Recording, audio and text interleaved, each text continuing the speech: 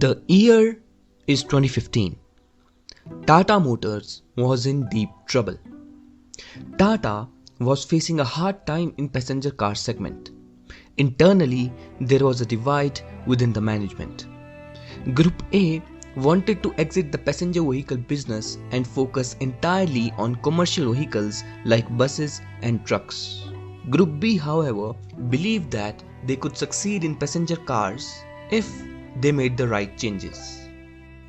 See, at that time, Tata's image in passenger car market was poor. Cars like Indica and Indigo were seen as fleet taxis rather than personal vehicles. Tata attempted to break this perception with the Tata Bolt and its compact sedan sibling Zest. Both were excellent cars on paper, good features, modern interiors, but they failed to attract customers. Why?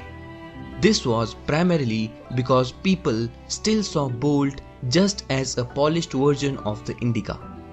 It didn't feel like a fresh start. In fact, according to Tata's annual report for the fiscal year 2014 to 2015, they sold only 6,744 units of the Tata Bolt in that entire year. Remember this number. We'll come back to it. So how did Tata finally create a winner like Tiago? After the Bolt and the Zest failed, Tata was at a crossroad. Even if they developed another hatchback, they'd have to compete in a highly saturated market against industry giants like Maruti Swift, Maruti Alto, Hyundai Grand i10 and Elite i20. Logically, it seemed like a terrible idea for Tata to continue. But instead of giving up, Tata did something that changed the entire course of Indian automobile market. See, by now, Tata had already acquired Jaguar and Land Rover, and they decided to use this global expertise to turn their biggest weakness, that was design and quality, into their biggest strength. They launched a new hatchback under the codename Kite. Unlike the Bolt, this was built from scratch, not based on Indica or any other previous platform. So what did Tata do differently this time? Well, there were a couple of things. First of all, they introduced a new design language, Impact Design. This was led by Pratap Bose, and this gave the car a new, youthful, global and a personal use appeal. Secondly, global influence from Jaguar and Land Rover helped a lot. Tata used JLR insights to improve design, material quality, NVH levels and overall build quality. Next was the smart positioning of the Tiago. Tiago was priced below its rivals but came packed with features, infotainment system, safety features and dual airbags. And lastly, Tata introduced all new engine options. Tata introduced the Revotron for petrol and Revotorque for diesel engines with the Tiago. And it worked. The Tiago was a massive success. It had everything: the looks, the mileage, the features, the engine performance, and all of this at a lower price. Customers were shocked that a Tata car could compete with and even beat the Swift and the Grand i10 in so many areas. The Tiago redefined value in the hatchback segment. People who were considering the Grand i10 suddenly realized that Tiago offered 80 to 90% of the features at 60 to 70% of the costs. But how did Tata keep the costs so low? Well, there were two main reasons for that. First of all was the heavy localization. Tata sourced and built most components within India, reducing production cost. And secondly, they focused design. They didn't over-engineer.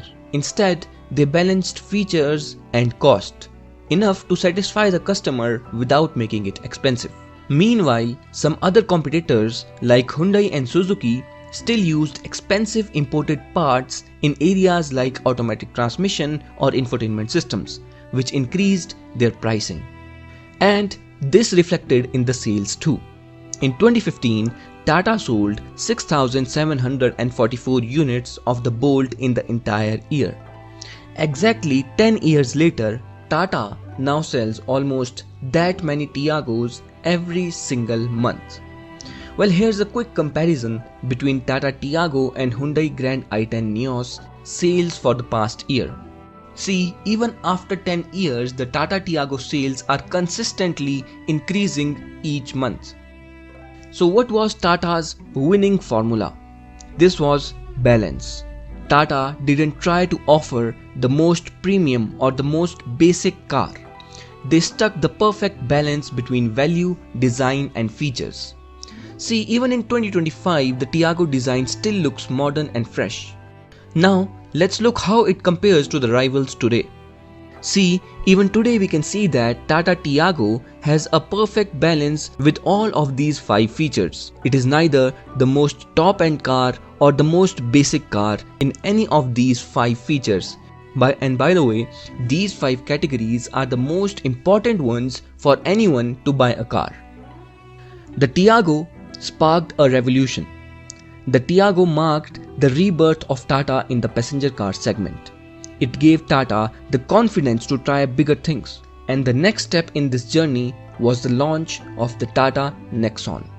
Nexon was built on the success of Tiago. Tata applied the same winning formula, aggressive pricing, great design and unmatched features, but this time they weren't just trying to rebuild Tata's image. They were about to change the entire Indian car market. Stay tuned, I'm working on a deep dive into how Tata, after winning the hatchback segment, took over the compact SUV space with the Nexon, and what it meant for rivals like Renault, Hyundai and even Maruti.